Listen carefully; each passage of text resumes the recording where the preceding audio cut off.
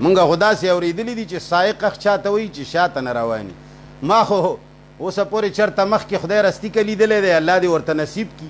خو به هر حال مونږ خو هغه خلق یو د الله په فضل چې د نوجوانانو مونږ سره مینه داسې نه ده، مونږ چاله پیسې نه دي ورکړي، خو نوجوانانو ټول متحد اوسېږئ، دې پراپیګنډې نه متاثر نه شئ.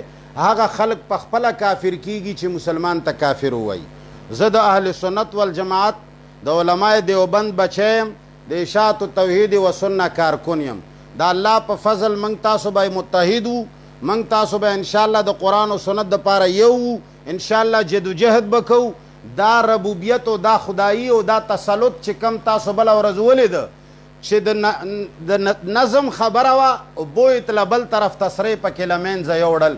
تاسو له د خدای کلام در اچوم، دا د خدای کلام تاسو له واسطه کوم چې دې فرد باندې مه غولېږئ او د ده په هغه ملګرو مه غولېږئ چې خبرې ما سره کړې وې، لارې ما ته ښودلې، ودرېدل لاړ بېګا خوشحالولو یې هغه الله سره ودرېږئ. دا د خدای دشمنان دي، ټولې دروغ ویلي دي او یو دروغ مې دله ثابت که. بلکې دا چې بیانونو کې داسې خبرې کړي دي، نرشه که نه بیان وښایه.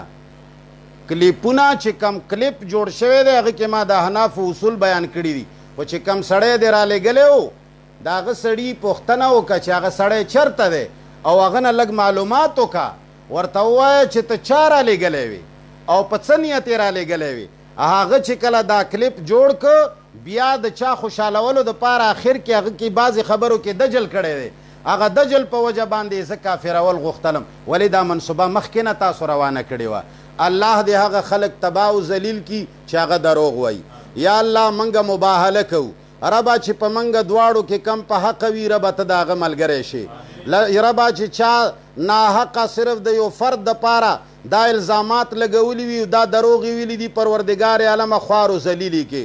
الہ العالمین د اشاعت نوجوانان خو په توحید و سنت ځان وجني.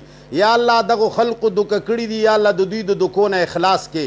یا الله زمونږ دا جد و جهد په مخه باندې بوزې. الہ العالمین ته زمونږ ملګری شي. واخر دعوانا الحمدلله رب العالمین.